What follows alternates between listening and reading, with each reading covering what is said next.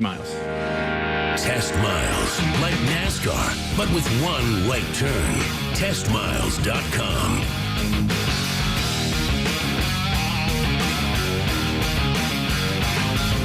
Staying connected with the automotive world, you're listening to our car show, Test Miles. I'm Nick Miles, and we're joined by our crew, Shaun Walker, Brad Boyer, and Jen is in the studio. And Jen has our first fun fact of the day.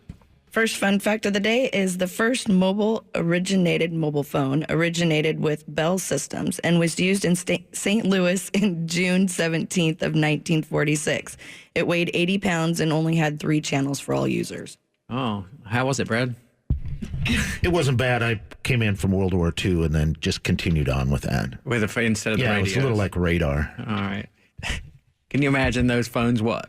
80 pounds? Yeah, not only 80 pounds, but probably all the electricity that we worry about coming out of our phones today, and the radiation. Probably what sort of radiation came out. But I bet it didn't break when you dropped it. Yeah, if you dropped 80 pounds, it would hurt. So who was the first guy who said, "Hey, guess where I'm calling from"? My car.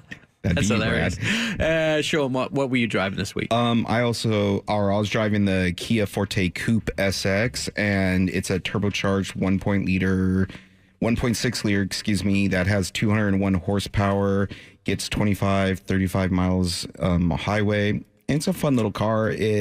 Technology on it's not much. It has the UVO voice command recognition, which I kind of think is cool, where you can use the Google Maps and on your phone and send it into your phone without actually having to program anything in.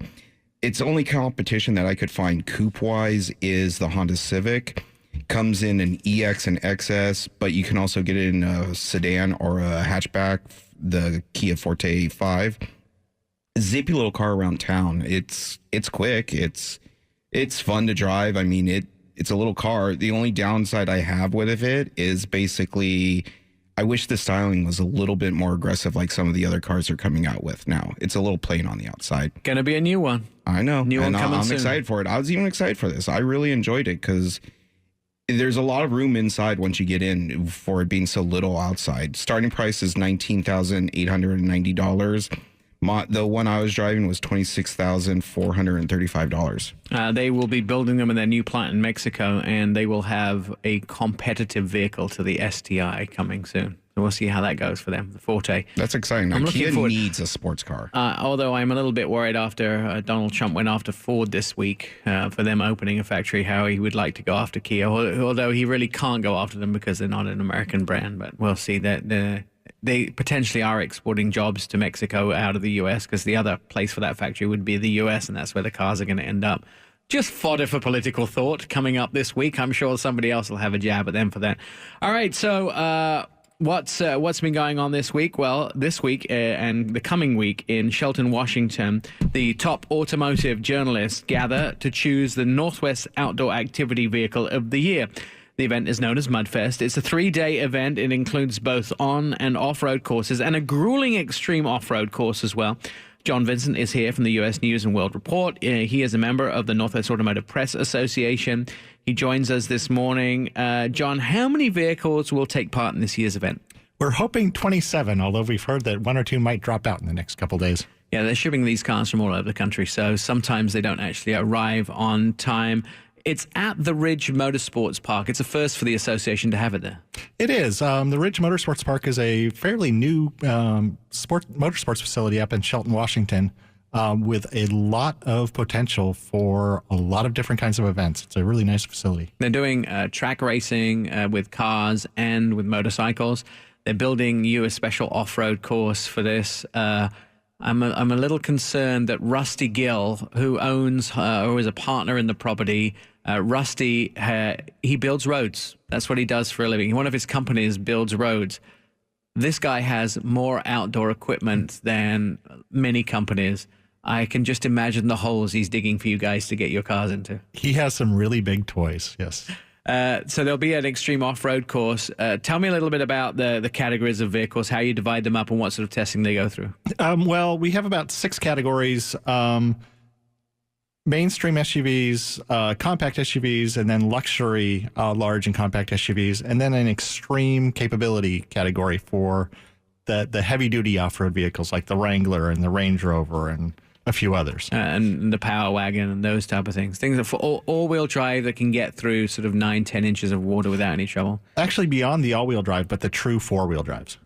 So tell me a little bit about the last year's event. Who won the last year's event? How well did they do? What was the course like? Last year's event was won by the new Jeep Renegade. We had a great course that got really bad through the day because it was pouring down rain, and it got more and more challenging through the day. But the little Renegade just kept going and going and going. And this is the smallest Jeep that they actually make, and it just took the course by storm. Fantastic. So the vehicles coming this year, what's on your list of most exciting? We have quite a bit of new stuff out there. Everything from the new 2017 Kia Sportage, the new Honda Pilot, which is ranked by U.S. News as the top SUV in the market right now. We have some pickup trucks, the new Nissan Titan XD, the Chevy Colorado diesel, which I'm really excited to get into. The Colorado is pretty highly rated, and with the diesel, it makes it even more compelling. We have the new big Lexus, the LX 570, that you think Lexus, an off-road vehicle, but this vehicle is extremely capable. And the luxury vehicles as well, you don't put them through, I mean, apart from Range Rover, you don't put them through the nasty courses, do you? Usually not. Because pieces of plastic break off, right? They're not supposed to. I just know that the way that I handle some of these vehicles, they probably wouldn't want me driving them through some of the rough exterior, the hard big bumps and the huge mud hills. But that doesn't mean we haven't done it or taken them there. Yeah, or broken those plastic pieces off. We should probably keep it up to ourselves. We will have the results sometime towards the end of the week. Yep, hopefully by next Sunday's show. All right. You think this helps people sell cars? Absolutely. The manufacturers love winning awards. Gives them something to talk about. Excellent. Coming up to the news at the bottom of the hour. When we come back, we'll talk about the new Tesla 3, and we'll have conversations about summer road trips with Peter from Mobile West and talk about some great new product. I'm Nick Miles. It's Test Miles.